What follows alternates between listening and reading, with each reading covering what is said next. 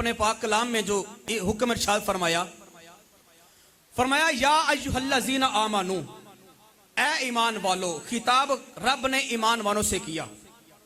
आज हर बंदा ये कहता फिरता है कि कुरान और सुन्नत की बात की जाए और कुरान और सुन्नत के अंदर जो कुछ है उन अहकामात की बात की जाए। इसके अलावा ना तो इजमा होता है, ना ही कियास होता है, ना ही ये पीरी मुरीदी होती है, ना ही ये तुम्हारे मुकल्लिदीन होते हैं जिनकी तुम इब्तिदा करते हो। कोई इमाम आज़म अबू हनीफा नहीं है, कोई इमाम शाफी नहीं है, कोई मालिकी नहीं है, कोई हम्बली नहीं है, कोई फुलां नहीं है, कोई फुलां नहीं है, कोई वली नहीं होता, कोई मुजतहिद नहीं होता।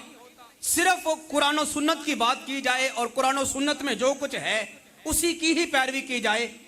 हजरत ज़ुल्फ़िकार असल हकीकत ऐसे नहीं है। खालिक कायनात ने जो इस पाक आयत करीमा के अंदर इरशाद फरमाया वो तीन चीजों की हुज्जियत को बयान फरमाया है। फरमाया कि लोगों, मेरा कलाम, मेरा हुक्म, मेरी बात, मेरा कुरान तो अटल फैसला है ही है। वो तो दीन इस्लाम के अंदर हुज्जत है ही है। वो तो मेरा अटल हुक्म और फैसला है ही है कि मैं खुद होके खालिक होके फरमा रहा हूं, लोगों अतीउल्लाह, मेरी अताअत करो, मेरा हुक्म मानो, मेरी फरमा बरदारी करो। इसके साथ साथ मैं तुम्हें इस बात का हुक्म भी दे रहा हूं कि मेरे साथ साथ वह अतीउर रसूल, मेरे रसूल करीम सल्लल्लाहु ताला अलैहि वसल्लम की भी तुमने इत्तिबा और पैरवी करनी होगी। कुरान के बाद एक ऐसी हस्ती भी है, खुदा के बाद एक ऐसी जात भी है जिसके अहकामात को मानना, जिसकी अहदीस मुनव्वरा का तस्लीम कर लेना और उनको ऊपर अमल पैरा होना, यह कुरान के बाद हुज्जियत का दर्जा कहलाती है। कुरान पाक ने तीसरा जो लफ्ज़ इस्तेमाल फरमाया, आप सरकार की दिसे मुबारक, आपके अमल मुबारक, आपके कौल मुबारक को हुज्जियत करार दे लेने के बाद फरमाया, लोगों मेरा हुक्म भी हुज्जियत, मेरे महबूब का हुक्म भी हुज्जियत, और कोई तीसरी बात भी है जिसको मैं तुम्हारे लिए बतौर हुज्जत करार दे रहा हूं। जिनका कौल, जिनका फेल, जिनका हुक्म, जिनका बताया हुआ मसला तुम्हारे लिए बतौर दलील और रहनुमाई साबित होगा और उसे मानना तुम्हारे लिए जरूरी होगा। या बारी ताला वो कौन से लोग हैं? फरमाया वो उलिल अम्र मिनकुम, मेरे रसूल के बाद ये वो अशखास हैं जो तुम में से उलिल अमर होंगे। उलिल अमर होंगे, ये जो उलुल अमर हैं असल में यही इस उम्मत के मुजतहिदीन हैं। इस उम्मत के यही इत्तिबाए रसूल भी हुई, ये भी मान लिया। लेकिन तीसरा जो एक हम लफ्ज़ इस्तेमाल करते हैं इजमाए उम्मत का, कि इनके अलावा कुछ और भी हैं जिनकी बात को मानना उम्मत के लिए जरूरी है। मसलन अहनाफ कहते हैं कि हम इमाम आज़म अबू हनीफा को मानते हैं, शवाफे कहते हैं हम शाफी को मानते हैं, मालिकी कहते हैं हम इमाम मालिक को मानते हैं, या इमाम अहमद बिन हंबल को मानते हैं, फलां को मानते हैं, फलां को मानते हैं। आया इनके इत्तिबा तुम क्यों करते हो? कुरान और सुन्नत की इत्तिबा तो की जाए, कुरान और हदीस की इत्तिबा तो की जाए, लेकिन इन आइम्मा इज़ाम की इत्तिबा क्यों की जाए? जो कुरान में है बस वो मानो। तो मैंने कहा नहीं मेरे भाई, असल में तीन चीजों की इत्तिबा का रब ने हुक्म दी है। जो आयत करीमा मैंने पढ़ी इसमें खालिक ने तीन लफ्ज़ इस्तेमाल फरमाया। फरमाया लोगों अतीउल्लाह, मेरी भी अताअत करो, वह अतीउर रसूल, और मेरे रसूल की भी इत्तिबा करो। और तीसरा लफ्ज़ खालिक ने फरमाया वह उलिल अम्री मिनकुम, वह उलिल अम्री मिनकुम, फरमाया तुम में से जो उलुल अमर अफराद हैं उनकी भी इत्तिबा करो। अब उलुल अमर अफराद कौन हैं जिनकी इत्तिबा खालिक ने अपने महबूब और अपनी इत्तिबा के बाद फर्ज करार दे दी कि इनकी भी इत्तिबा तुम्हारे ऊपर वही अहमियत रखती है, वही दर्जा रखती है जो मेरी और मेरे मुस्तफ़ा की अहमियत है, उनकी भी इत्तिबा करो। अब वो उलुल अमर अफराद कौन से हैं जिनकी इत्तिबा करना रब ने हमारे ऊपर फर्ज कर दिया? अब उलिल अमर अफराद, एक तो इस आयत करीमा की तफसीर इसी आयत करीमा ने ही कर दी। फरमाया कि ईमान वालों उलुल अमर जो होंगे ना अफराद, उलुल अमर साहिब इक्तिदार और साहिब अमर अफराद, फरमाया उनकी पहली निशानी ये होगी कि वो हुआ मिन कुम, वो तुम में से ही होंगे, वो तुम में से ही होंगे, कोई ऐरे गहरे नहीं होंगे। क्योंकि पीछे खिताब था ना ईमान वालों को, या अय्युहल्लज़ीना आमनू, ऐ ईमान वालो, अतीउल्लाह, अल्लाह की अताअत करो, व अतीउर रसूल, और उसकी रसूल की अताअत करो, व उलिल अम्र मिनकुम, और जो तुम में से उलिल अम्र होंगे उनकी इत्तिबा करो। एक तो ये पता चल गया कि उलिल अम्र जो हैं वो मोमिनों में से ही होंगे, वो बेईमान नहीं होंगे, ईमान वाले होंगे, कलिमा गो होंगे। एक कह तो हमें कुरान पाक ने ही बता दी कि उलिल अम्र ईमान वाले होंगे। अब दूसरी निशानी उलिल अम्र की क्या है?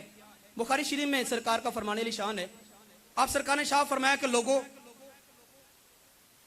लौ उमिरा बिमासियतिन ला समअ वला ताअता, अगर कोई शख्स तुमको मासियत यानी गुनाह की या नाफरमानी की या तुम्हें फाशी की या इस्लाम से हट के दावत दे, इस्लाम के खिलाफ तुमको दावत दे, लौ उमिरा बिमासियतिन, तो ला ताअता वला समअ, तो ना उसकी बात को सुनना है ना उसकी बात को मानना है।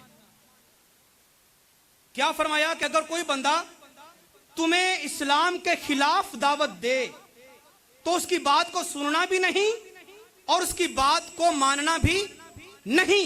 यह सरकार का फरमान।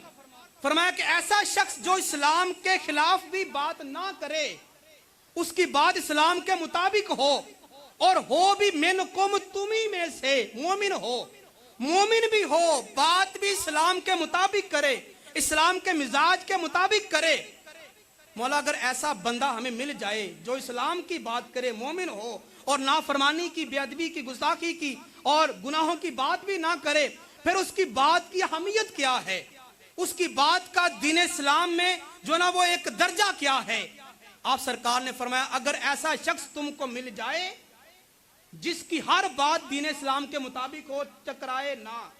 फरमाया अगर ऐसा शख्स मिल जाए, मन असा अमीरी फकद असानी व मन अता अमीरी फकद अतानी, तो ऐसे शख्स की बात की हुज्जियत ये है, ऐसे शख्स की बात की दलील ये है और उसका दर्जा और मर्तबा ये है कि ऐसा अमीर जो दीन इस्लाम के खिलाफ भी बात ना करे और हो भी मोमिन, और उसके बाद अगर तुम उसकी इत्तिबा करते हो तो उसकी अताअत दर हकीकत उसकी अताअत नहीं होगी, वो अताअत में मोहम्मद मुस्तफ़ा ही की अताअत होगी।